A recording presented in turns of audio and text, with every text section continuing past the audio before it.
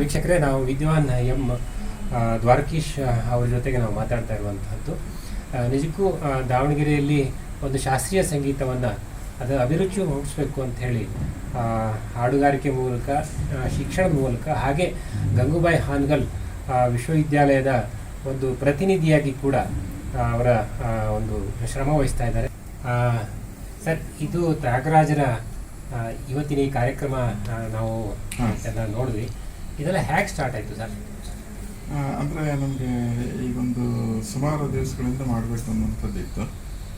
ಈಗ ನಾವು ಹಿಂದೆ ಫಸ್ಟು ನನಗೆ ಪಾಠವನ್ನು ಪ್ರಾರಂಭ ಮಾಡಿದ್ದು ವನಿತಾ ಸಮಾಜದಲ್ಲಿ ಸಂಗೀತ ಪಾಠವನ್ನು ಪ್ರಾರಂಭ ಮಾಡಿದೆ. ಆ ನಂತರದಲ್ಲಿ ಅದು ಹಾಗೆ ಬೆಳ್ಕೊಂಡು ಬಂತು ನಮಗೆ.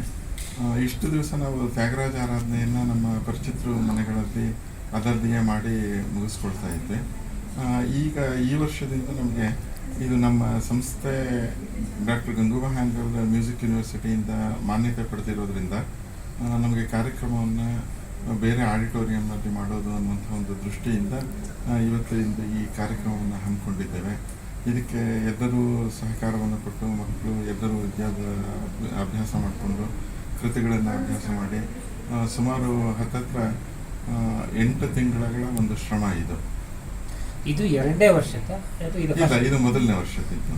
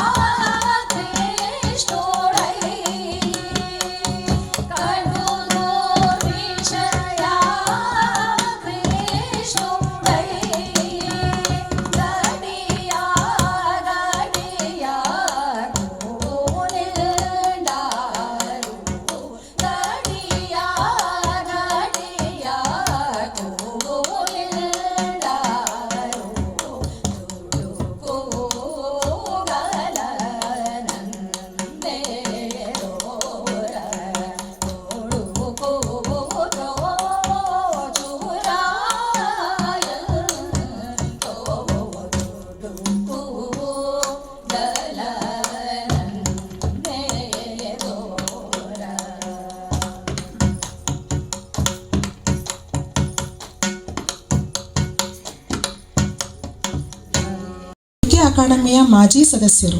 ವಿದ್ಯಾರ್ಹತೆ ಎಂ.ಕಾಂ ಸ್ನಾತಕೋತ್ತರ ಪದವಿ, ಎಂ.ಎ ಸಂಸ್ಕೃತ ಸ್ನಾತಕೋತ್ತರ ಪದವಿ, ಎಂ.ಎ ಮನಃಶಾಸ್ತ್ರ ಸ್ನಾತಕೋತ್ತರ ಪದವಿ, ಸಂಸ್ಕೃತ, ಅಲಂಕಾರಶಾಸ್ತ್ರ, ತರ್ಕಶಾಸ್ತ್ರ ಮತ್ತು ಜ್ಯೋತಿಷ್ಯ ಶಾಸ್ತ್ರಗಳಲ್ಲಿ ವಿದ್ವತ್ ಪದವಿ.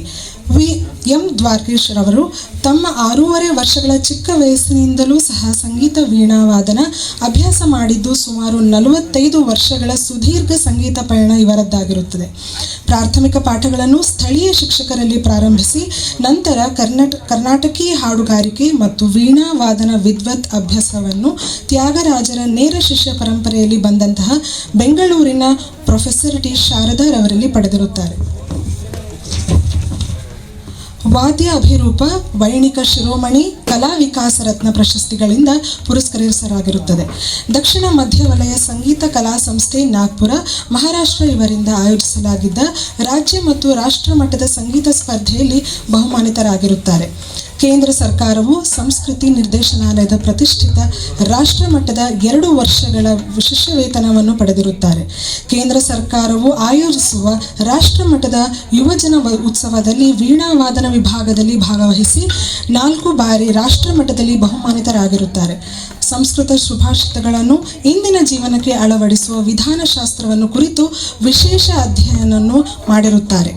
ಮನೋವೈಜ್ಞಾನಿಕ ಅಂಶಗಳನ್ನು ಆಧರಿಸಿ ವಾತ್ಸ್ಯಾಯನ ಕಾಮಸೂತ್ರ ಗ್ರಂಥದ ಬಗೆಗೆ ಬರೆದಂತಹ ಅಂತಾರಾಷ್ಟ್ರೀಯ ಮಟ್ಟದ ಲೇಖನಗಳು ಪ್ರಕಟವಾಗಿರುತ್ತದೆ. ಸಂಗೀತ ಕ್ಷೇತ್ರದಲ್ಲಿ ರಸಭಾವಗಳನ್ನು ಆಧರಿಸಿ ಹಾಡುಗಾರಿಕೆ ಹಾಗೂ ವಿನಿಕೆಯ ಕ್ರಮವನ್ನು ರೂಢಿ ಮಾಡಿರುತ್ತಾರೆ. ವೀಣೆಯ ಜೊತೆಯಲ್ಲಿ ಮೃದಂಗ, ಘಟಂ, ಖಂಜಿರ ಮತ್ತು ಮೋರ್ಸಿಂಗ್ ವಾದ್ಯಗಳನ್ನು ನುಡಿಸುವುದರಲ್ಲಿಯೂ ಸಹ ಪರಿಣತಿಯನ್ನು ಪಡೆದಿರುತ್ತಾರೆ. ಪ್ರಸ್ತುತ ಕರ್ನಾಟಕ ರಾಜ್ಯ ಡಾಕ್ಟರ್ ಗಂಗೂಬಾಯಿ ಹಾನಗಲ್ ವಿಶ್ವವಿದ್ಯಾಲಯದ ಮಾನ್ಯತೆಯೊಂದಿಗೆ ದಾವಣಗೆರೆ ನಗರದಲ್ಲಿ ಸಂಗೀತ ಪದವಿ ಕಾಲೇಜನ್ನು ನಡೆಸಿರುತ್ತಾರೆ. ಉತ್ತಮ